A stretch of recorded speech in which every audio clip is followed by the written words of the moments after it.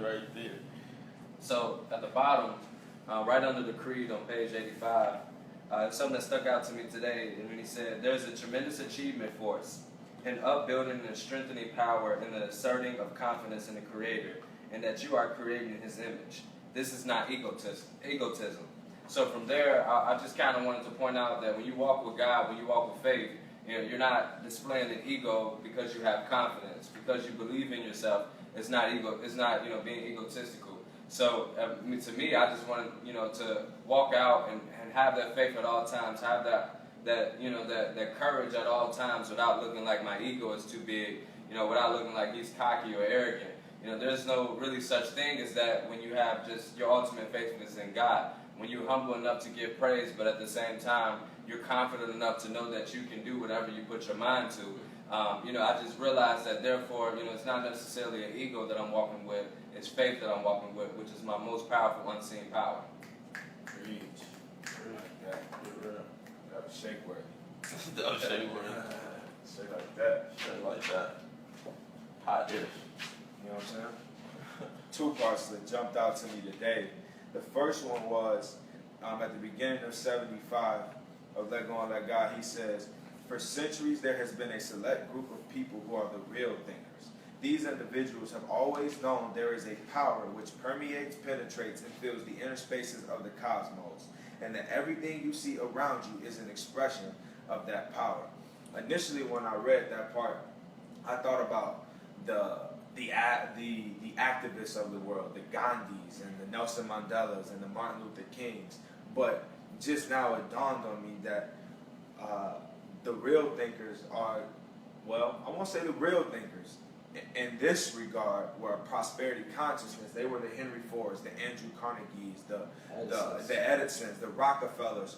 Those are also the real thinkers, and they use these same principles to manifest financially the things that they wanted in their lives. And if you go back far enough, we all know that they were the takers of this information, and they were also the storage chambers for this information because they didn't want it to get out to anybody else. So that was one thing that I picked up that we've been breezing through, and I never really created a clear picture for. And the second part was a mind, second paragraph on 80, a mind saturated with fear of failure or images of unwanted results can no more accomplish, create, or produce anything of value than a stone can violate the law of gravity by flying upwards in the air. The part I wanted to emphasize was that negative thoughts, fears, or images can produce nothing of value. And if you apply that to our everyday lives, there has never been a negative thought, a negative idea, a negative concept that has ever served us in a positive light. So to me, it was like, if it serves us in no positive manner, then why entertain it? Sometimes it's a way that we use it to express our emotions. Sometimes it explains the circumstance, but in no way, shape, or form it serves us. So it's almost not even relevant to acknowledge it, to completely remove it from our being. So I know we mentioned earlier that it zaps our ability to be creative, our ability to act in our purpose and be joyful. So I almost want to, even if things aren't, not almost, I completely want to, even if things aren't going the way we plan, to not even acknowledge it and just work in faith, which this whole chapter is about anyway. So that's what I got out of it. Okay. Definitely shake. Definitely shake. Three things that stuck out to me that was all about the same thing. Page 82 at the bottom says, always remember that the image which you keep affirming in your heart or your subconscious mind is being impressed upon spirit. The spirit has the ability to convert your present dreams into future reality. And right across from that point, but always bear in mind it is your innermost thoughts and images you are requesting, not the words to which you might only be paying lip service to. And then on the last page, again on page 86, let your image sink deep into the treasury of your subconscious mind. Let yourself get totally and emotionally involved with your image, because by doing this, you are letting go and letting God. When we think about subconscious mind, we know that our conscious mind is our intellectual mind. That's where we start, everything in terms of knowledge. But subconscious mind controls everything. It's your paradigm. It's the thing that produces every habit to every field of your life.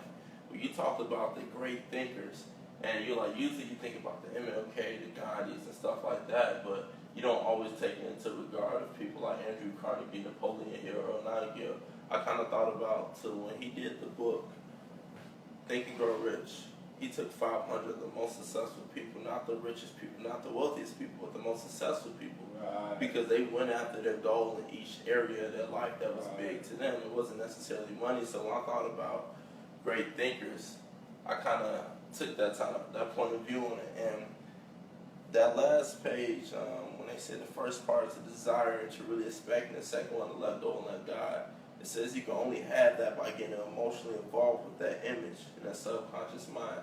I thought about back to when we were in Toronto. When we were in Toronto, Sandy did her period about visualization. And we got a chance to think about somebody we really, really loved and got a chance to really put us in that deep state of gratitude. And we wrote the 10 things we were grateful for, and then we started visualizing. We got really emotionally attached to that image in our mind, and therefore it was in our innermost subconscious mind. When we give it over to spirit, it's able to produce it into physical manifestation. So something that I've been losing quite for a while now is really getting emotionally to the point that we did down in Toronto. I've been holding the image, I've been visualizing, but trying to get that emotional attached to it, like that's all I care about, innermost thoughts. I think that's something that's going to help bring it closer to me in terms of desire and expecting it.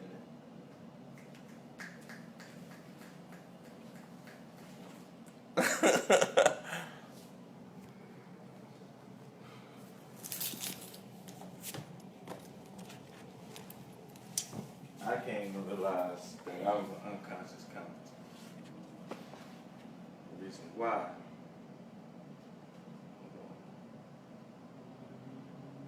Say it with your chest.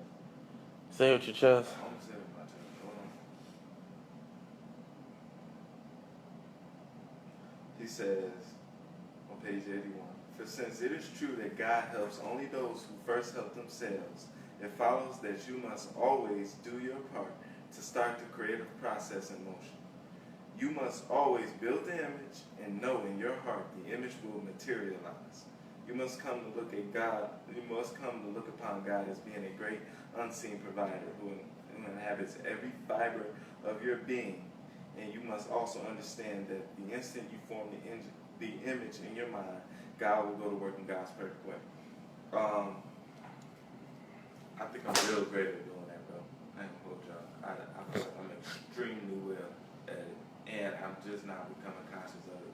It's because when I find something that I really want, like as far as going to the Matrix or doing something, there's no telling me no. Like I can't do it. And if you're not trying to rock with it, then you just come with it. And I get emotionally attached to it. And I think in all the ways I can get there, nothing stops me. And that's with everything. And I literally apply it to everything in life. And sometimes it may come off as negative or selfish in a sense. But I think it's just that I get so emotionally attached to my image and where I'm trying to go that if anyone says anything that I'm not trying to hear, then it's like you're completely out of the picture. You know what I'm saying? And so I really feel like I'm great at this in holding faith in my image and taking action on it and really driving towards where I want to go. So that's why I said, bro, it's done, bro. I don't have nothing else to say. Like I'm conscious. I'm a conscious competent now. I feel like I understand that chapter.